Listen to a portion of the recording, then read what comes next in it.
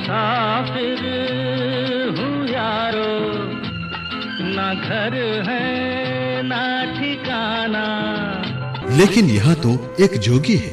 हाँ, जोगी।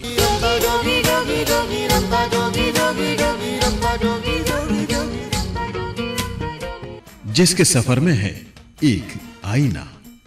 आईना भी वो जिसकी परछाई कभी झूठ नहीं बोलती। ये वो जोगी है जो फिक्र करता है समाज के हर पहलू की।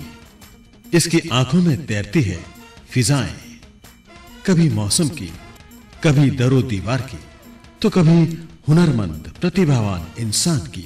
जोगी आया रे, जोगी आया, जोगी आया, जोगी आया रे। इसकी झोली में आता है इतिहास भी, वर्तमान भी, भविष्य भी, समस्याएं भी, समाधान भी, भावनाएं भी, जज्बात भी, दिल भी, आंखें भी और दिमाग भी। कहीं भी, कभी भी, लेकिन आपके करीब।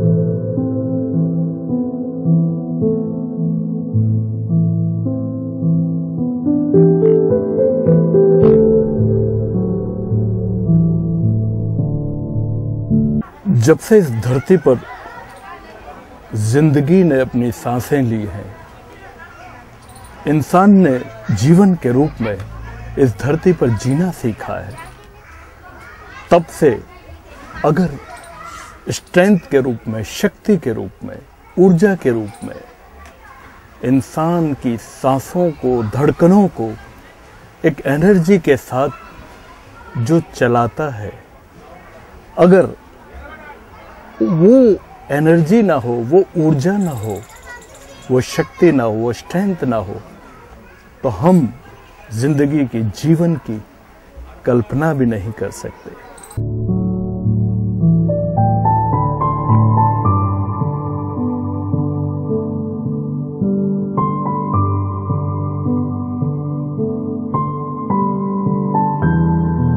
ये कोई कैजुअल बात नहीं है, या ये केवल बोलने के लिए, लिखने के लिए या फॉर्मेलिटी के लिए, औपचारिकता के लिए बातें नहीं है। ये सच्चाई है कि अगर इंसानी वजूद को कायम रखना है, इंसानी अस्तित्व को आज इस मुकाम तक किसी ने पहुंचाया है, तो वो है हमारी महिला, हमारी नारी, हमारी वुमन।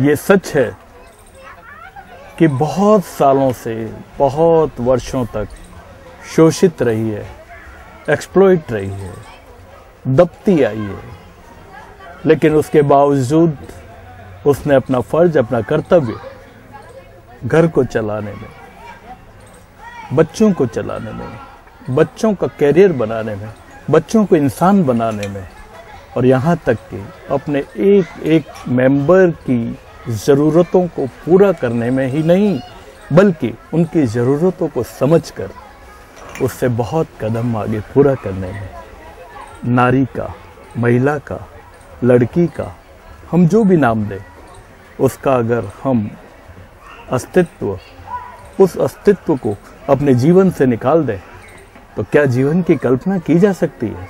मैं ही हूँ तेरी शक्ति, सुनो सुनो सुनो सुनो सुनो सुनो मेरी आवाज़, सुनो सुनो नया ये साज, मुझे पंख मिले हैं आज, मुझे लेनी है एक परवाज़, सुनो सुनो सुनो सुनो। दोस्तों, आज आप सोचेंगे कि रमता जोगी कोई किताबी विषय लेकर आया है। नहीं, ये किताबी विषय नहीं है, ना आज की पत्र पत्रिकाओं की कोई चर्चा है, और ना ही किसी बहस मुबाहिस का विषय है, या केवल एक बौद्धिकता के कैनवास पर बैठकर कोई औपचारिक बात करना, सतही बात करना या फॉर्मल बात करना मेरा मकसद नहीं है। और आप जानते हैं कि रमता जोगी ने, उसके यूनिट ने, उसकी टीम ने, यशपाल तंवर जो हमारे कैमरा पर्सन हैं, हमारे वीडियो एडिटर हैं, अजय माथुर, हमारी टीम ने कभी भी किसी औपचारिक विषय को स्पर्श करने का कोशिश नहीं की है, बल्कि हम वो जज्बा, वो दर्द बयां करना चाहते हैं जो सीधे आपके दिल तक उतरे, और दिल तक उतरे ही नहीं, बल्कि हर जगह ऐसा लगे, हाँ, ये मेरी ही बात है। कोई राह मेरी न रोको, मैं हूँ शक्ति, मैं हूँ नारी, कोई समझे ना बिचारी, मैं हूँ शक्ति, मैं हूँ नारी, कोई समझे ना बिचारी, सुनो सुनो सुनो सुनो। तो आप सोचेंगे कि ये सब है क्या? मैं क्या कहना चाहता हूँ? मैं कहना चाहता हूँ, आज रमता जोगी को हमारे जोधपुर की एक ऐसी शख्सियत से आपको मिलाना चाहता हूँ, एक ऐसी महिला शक्ति से आपको मिलाना चाहता हूँ जो समाज में कुछ बदलाव लाना चाहती है, और वो हैं डॉक्टर रश्मि बोहरा। सुनो सुनो सुनो सुनो सुनो सुनो मेरी आवाज़। रश्मि जी, ये फिजियोथेरेपी विधा में प्रवेश, ये कोई अचानक आपके जीवन में हुआ या पहले से टारगेट था? ये सब क्या रहा, कैसे परिवेश में आपने प्रवेश किया? ऐसा कोई पहले से कोई टारगेट नहीं था जी। ये बस हो, ठीक है, एडमिशन 12 करते करते एडमिशन सब लोग ले रहे थे फिजियोथेरेपी में, तो एक जी। साथ मैंने भी ले लिया, बट जी। धीरे धीरे करते करते ये मेरा शौक, पैशन सब कुछ बन गया। रश्मि जी, जब आपने ये निर्णय लिया तो आपने नेचुरली अपने फ्रेंड्स से इंस्पायर होकर लिया, तो फैमिली में आपने ये प्रस्ताव रखा होगा, तो हाँ। क्या उनका रिएक्शन था? फैमिली में सब लोग तो नहीं, लेकिन हाँ, मेरे पापा बहुत सपोर्ट में थे कि नहीं, जी। अगर ये कुछ अलग करना चाहती है तो इसको करने दो। ओके। बहुत सारे जने नहीं करो, कोई बात नहीं, उस वक्त फिजियोथेरेपी की इतनी वैल्यू नहीं थी, लोग समझते भी नहीं थे आपको फिजियोथेरेपी क्या है। फिजियोथेरेपी जब आपने निर्णय लिया तो उसका सुपरफिशियल एस्पेक्ट पता था या उसका डेप्थ पता था? इतना डेप्थ नहीं पता था जो मैं जी। आज डे बाय डे पेशेंट्स को देखकर फील कर रही हूँ। मतलब 4th ईयर तक आकर भी हमें पता था हम पेशेंट्स देखते हैं, लेकिन जैसे जी। जैसे फील्ड में प्रोफेशनली खुद के हाथों से जब पेशेंट ट्रीट किए, एक एक बंदा ठीक होके गया पेशेंट, तब हमें लगा कि आपने नहीं, ये जो फील्ड बहुत एजुकेशन अच्छी है। फिजियोथेरेपी के लिए वो राजस्थान से ली है हाँ, या? RUHS हेल्थ साइंस यूनिवर्सिटी से। जयपुर। जयपुर। ओके, और उसके बाद आपने पोस्ट ग्रेजुएशन भी किया पोस्ट, है? हाँ, MPT स्कूल्स में। हाँ जी, वो कहाँ से किया? वो देहरादून से, देहरादून साई इंस्टीट्यूट से। तो ये सब जो परिस्थितियाँ रही एजुकेशन के दौरान, उसमें फैमिली का एक घर से बाहर जाना, तो एक चिंता जैसा कि आजकल रहती है बेटियों के प्रति, तो क्या आपका उस समय एडजस्टमेंट रहा? उस एडजस्टमेंट में इन सब में मेरे पापा बहुत सपोर्टिव थे। जा रही है तो जाने दो, खुद छोड़कर आए, खुद के नहीं, कोई बात नहीं, बच्चों को पीछे नहीं रोकना। मम्मी का भी बहुत सपोर्ट था कि ठीक है जाओ, लेकिन पापा का कभी भी कोई चीज़ का मना नहीं था। उससे आपकी पर्सनैलिटी में दिन पे दिन एक बहुत इजाफा ज़्यादा, हुआ? बहुत बड़ा ड्रास्टिक चेंज मेरी पर्सनैलिटी में था। जब आपने ये एजुकेशन पूरी कर ली और आप फर्स्ट डे अपने जॉब में गए, तो कहाँ गए और कैसा लगा, और फिर कैसे आपका उसमें काया प्रवेश हुआ? फर्स्ट डे स्टार्टिंग में इंटर्नशिप के बाद मैंने जॉब किया, तो कॉलेज में एज अ लेक्चरर वहाँ पर जॉब किया, जूनियर लेक्चरर वहाँ पर। तो वो इतना कॉन्फिडेंस उस वक्त नहीं था। एकेडमिक्स में गई थी मैं, KS मेमोरियल कॉलेज में। वहाँ पर इतना कॉन्फिडेंस नहीं था। हाँ, पढ़ाते पढ़ाते उस टाइम से मेरा कॉन्फिडेंस लेवल बढ़ गया। ओके, और जब आपने पहला पेशेंट डील किया है जो फिजियोथेरेपिस्ट, तो क्या आपकी मेमोरी में है वो कौन पेशेंट था और क्या उसका रिजल्ट रहा? सबसे पहला मेरा एक डाउन सिंड्रोम का बच्चा था जिसको मैंने ट्रीट किया। वो 8 महीने का, जो उसको नेक होल्डिंग भी नहीं थी। Down syndrome plus CP 2 child थे जी। उनमें से उनको नेक होल्डिंग भी नहीं थी, लेकिन मैंने उनको 2 साल कंटिन्यू एक्सरसाइज करा के बस ये रखा कि नेक होल्डिंग से लेकर चलने तक का मैंने उनका 2 साल में ये किया। धीरे धीरे उसके साथ बच्चे से बच्चा बन गया। जैसे करना है नेक होल्डिंग, सिटिंग, स्टैंडिंग। तो इससे ये रिफ्लेक्ट होता है कि आप इसको, आपने प्रोफेशन तो था ही, ये प्रोफेशनल भी था, एक्सपीरियंस भी हो रहा था, लेकिन इसमें आप एक बार भूल गए और आपने इसको ह्यूमन, एक मानवीयता को ज़्यादा उसमें तवज्जो दी। तो कैसे आप इस फील्ड में आगे बढ़ते बढ़ते रहे और क्या आपका एक्सपीरियंस रहा और कितनी जो विविधताओं के आपको पेशेंट मिले? करते करते पेशेंट, पहले इन बच्चों को देखा। मेरा इंटरेस्ट जनरली छोटे बच्चों को, CP चाइल्ड को, बच्चों के साथ बच्चा बन के एक्सरसाइज कराने को। क्यों? क्योंकि उनकी जो इनएक्टिविटी होती है, हल्की सी भी एक्टिविटी जब हम लाते हैं तो उनके पेरेंट्स के चेहरे पे जो खुशी होती है वो एक अलग ही होती है। CP चाइल्ड, जो कि हमारे दर्शक हो सकता है इस मेडिकल टर्म को ना समझे, थोड़ा सा सेरिब्रल पाल्सी, जो मंगोलियन चाइल्ड जो होते हैं, जिनके सर की नस दब जाती है, अपना हाथ पैर जो नहीं हिला सकते, जिनको प्रॉब्लम होती है, सोते सोते रहते हैं, टाइट होते हैं, मुड़ते हैं, उन बच्चों के लिए जनरली हम उनको, ये नॉन प्रोग्रेसिव डिजीज है, इसको हम पूरी तरह से ठीक नहीं कर सकते। एक जनरली डॉक्टर रश्मि जी, एक भ्रम में, भ्रांति है सोसाइटी में कि फिजियोथेरेपी मतलब है समथिंग कोई हड्डियों से रिलेटेड ओनली। और सेरिब्रल पाल्सी जो आप बता रहे हैं वो तो बिल्कुल एक अलग डिजीज है, जिसके अंदर जहाँ तक हम एक लेमैन समझते हैं कि वो डिसऑर्डर हो सकता है। तो फिजियोथेरेपी का क्या इतनी भूमिका है मल्टी? हाँ जी, फिजियोथेरेपी की हर चीज़ में ऑल इन वन है जी। हर चीज़ में फिजियोथेरेपी, हम चाहे तो घुटनों का दर्द है, गर्दन का दर्द है, कमर का दर्द है, हर चीज़ का, एडी का दर्द है, गर्दन में, हाथों में जॉइंट में कोई पेन है, कंधे का दर्द है, एल्बो का दर्द है, तो कोई भी तरह का, वो ऑर्थो की कंडीशन में। न्यूरो की कंडीशन के अंदर जो होता है, नर्व से रिलेटेड, ब्रेन से, उसके अंदर हम CP चाइल्ड है, जो ये मंगोलियन बच्चे हैं होते हैं, उनका है। उसके अलावा जो पैरालिटिक होते हैं, पैरालिटिक हाफ साइड BP बढ़ गया तो एक साइड लकवा मार गया जो कहते हैं, उसके अंदर भी इनका बहुत बड़ा रोल है। फिजियोथेरेपी मेन होता है कि हम किसी की इनएक्टिविटी को एक्टिविटी में बदल देते हैं। जब से आपने एज ए फिजियोथेरेपिस्ट ये काम शुरू किया, तब से आपका कोई एक ऐसा पेशेंट नहीं रहा जिसमें आपको वाकई चैलेंज और उसका रिजल्ट नेगेटिव मिला? रिजल्ट नेगेटिव कहीं, ये रिजल्ट नेगेटिव तब आते जब पेशेंट को खुद को ट्रस्ट नहीं होता कि नहीं, ये 2 दिन आ रहे, नहीं होगा, नहीं होगा, रेगुलर नहीं होते कि नहीं होगा, बस एक दिन आए, आज नहीं होगा, ये नहीं होगा, हमारा जो नहीं होता, तब रिजल्ट नेगेटिव आते हैं। रश्मि जी, जब ऐसे पेशेंट आते हैं जिनको खुद पे सेल्फ कॉन्फिडेंस नहीं होता और उनको लगता है कि शायद अब मैं शारीरिक तौर पे कभी ठीक नहीं हो सकती, उनको उनको डिप्रेशन से बाहर लाने के लिए भी आप भी मैं पूरा करती हूँ। उनको डिप्रेशन से बाहर लाके, पैरालिटिक पेशेंट जो आते हैं जनरली, हेमिप्लेजिक पेशेंट, वो आधे डिप्रेशन में आते हैं कि अब कुछ नहीं हो सकता, क्योंकि उनकी एकदम चलते फिरते इंसान जब एकदम से डिपेंडेंट हो जाए तो उनको ये लगता है कि ये क्या हो गया, तो उनकी डिपेंडेंसी उनको परेशान करती है। उसी डिप्रेशन से निकालने के साथ साथ नहीं हो जाएगा, कोई बात नहीं, आप चलो, थोड़ा सा कमांड भी होता है, थोड़ा सा रिस्पेक्ट भी होती है, प्यार भी होती है, तो डांट भी होता है।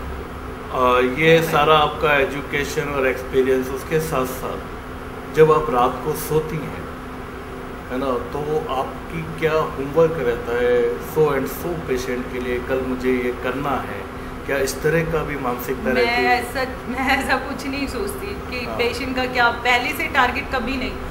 जब पेशेंट आया, उसको देखा, वो कैसा है, उसके अकॉर्डिंग उसका ट्रीटमेंट होता है। Very good. ये चीज़ हमेशा पहले से कभी नहीं सोचा। अगर कोई काम है कूल है तो उसको कूल एंड काम, कोई जिद्दी है तो उसको डांट के भी, चाहे वो बड़े एज में हो छोटे एज में हो, जहाँ डांट लगानी है तो रश्मि जी, हमारी जो सोसाइटी है, इंडियन सोसाइटी, और पर्टिकुलर जोधपुर में हम बहुत डीपली कल्चर्ड है। हमारे यहाँ जो संस्कृति है वो बहुत गहरी है। तो ऐसी परिस्थितियों में आप कैसे, मतलब क्या कहना चाहेंगे, जो मेडिकल के बारे में बहुत भ्रांतियाँ बहुत ज़्यादा हैं कि सो एंड सो विधा में ऐसा है, सो एंड सो विधा में ऐसा है, फलाना जो डिजीज है उसके बारे में बहुत सारी भ्रांतियाँ हैं, और जो डॉक्टर्स हैं उनको पेशेंट्स भी सलाह दे के जाता है। इस तरह के हमारे एक, इसको भी अगर हम ऑर्थोडॉक्स के रूढ़ियों से ये चल रहा है, तो क्या आप कहना चाहेंगे कि ये जो भ्रांतियाँ हैं डिजीज के बारे में, ऐसा लेने से ऐसा नहीं होता है, ऐसा करने से ऐसा नहीं होता है? मेरा प्रश्न लंबा हो गया है, लेकिन ऐसा है, ये तो आप मानेंगे। एग्जैक्टली ऐसा है। एक्चुअली पेशेंट आजकल डॉक्टर से ज़्यादा समझदार और ज़्यादा इंटेलिजेंट हो गए। अगर उनको ये प्रॉब्लम हुई है, सिंपल सी, हमारे पास कोई स्लिप डिस्क का पेशेंट आता है तो वो पूरा नेट पर पढ़कर आएगा कि स्लिप डिस्क होगा तो इसमें ये लगाना है, इसमें ये एक्सरसाइज करनी है, वो हमारा टेस्ट लेते हैं। अच्छा रश्मि जी, बिल्कुल अलग हट के मैं, जो हमारा देश है वहाँ पे बिल्कुल 2 ट्रैक चल रहे हैं, एकदम कल्चरली चेंज आ रहा है, एकदम हम कहीं पे बिल्कुल ट्रेडिशनल हुए हैं, बिल्कुल पारंपरिक हैं, और कहीं एकदम हम मॉडर्निटी की तरफ बढ़ रहे हैं। तो ये सब जो देश की परिस्थितियाँ, उन बारे में आप क्या कहना चाहेंगे? मेरे को इन सब के बारे में सबकी अलग सोच है। मुझे ये लगता है, मेरी सोच में यही है कि हमेशा दिखावा, ये दिखावा ज़्यादा हो चुका है कि हम कैसे दिख रहे हैं, कैसा है, कोई कुछ कहेगा तो नहीं, जैसे हो वैसे रहो, ये ही ज़्यादा खुशी मिलती है आपको इसमें। जब हम किसी को दिखाने के लिए अपने आप को चेंज करते हैं तो वो थोड़ा अलग होता है, और जब चेंज करने की बात होती है तो वो मॉडर्निटी के, आप थोड़े मॉडर्न भी रहो, उसके अकॉर्डिंग चलो, लाइफ के अकॉर्डिंग चलो, जैसे जैसे लोग बदल रहे हैं वैसे आप भी बदलो, हम भी बदलें। वो एक रहता है कि थोड़ा थोड़ा, बट हाँ, अपनी संस्कृति, अपने संस्कारों में चेंज ना। आपने सोचा होगा कि शायद मैं रूटीन की तरह आज कोई विषय लेकर आया हूँ, या रूटीन की तरह महज एक इंटरव्यू कर, एक साक्षात्कार कर अपने फर्ज की तीसरी करूँगा। नहीं, ये सारांश, ये इंटरव्यू देखने के बाद सारांश मैं आप पे छोड़ता हूँ कि जो मैंने कहा शायद वो कम है, उसका एक एक शब्द सार्थक होकर डॉक्टर रश्मि के जीवन में उतर रहा है, और हम, हमारी टीम की तरफ से, हमारी यूनिट की तरफ से, और हमारे जोधपुर के सभी दर्शकों की तरफ से परमपिता परमेश्वर से ये दुआ करेंगे कि डॉक्टर रश्मि बोहरा इसी तरह इंसानियत के लिए, मानवता के लिए और पीड़ित मानवता के दुख दर्द को मिटाने में अपनी पूरी शिद्दत से इसी तरह जुटे रहें। इसी दुआ के साथ, हमें नहीं पता कि हम किस इंटरव्यू के साथ आपके सामने आएंगे, हमें कुछ नहीं पता अगला विषय क्या होगा, ये विषय अगली बार क्या सोच के साथ आएगा, ये जानने के लिए आप ही के ऊपर है, क्योंकि आपको फिर और फिर देखना पड़ेगा रमता जोगी। दिल है छोटा सा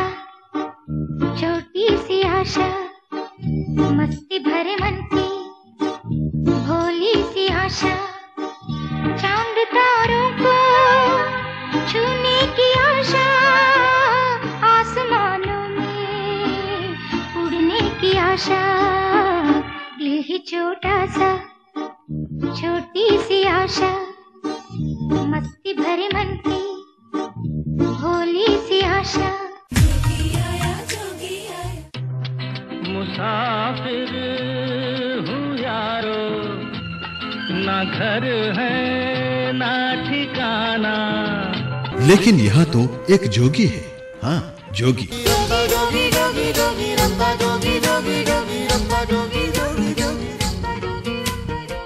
जिसके सफर में है एक आईना। आईना भी वो जिसकी परछाई कभी झूठ नहीं बोलती। ये वो जोगी है जो फिक्र करता है समाज के हर पहलू की। इसकी आंखों में तैरती है फिजाएं, कभी मौसम की, कभी दरो दीवार की, तो कभी हुनरमंद प्रतिभावान इंसान की।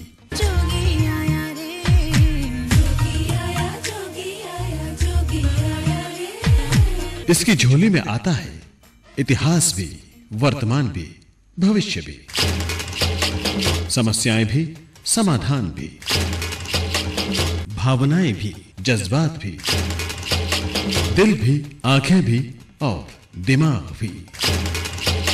कहीं भी, कभी भी, लेकिन आपके करीब।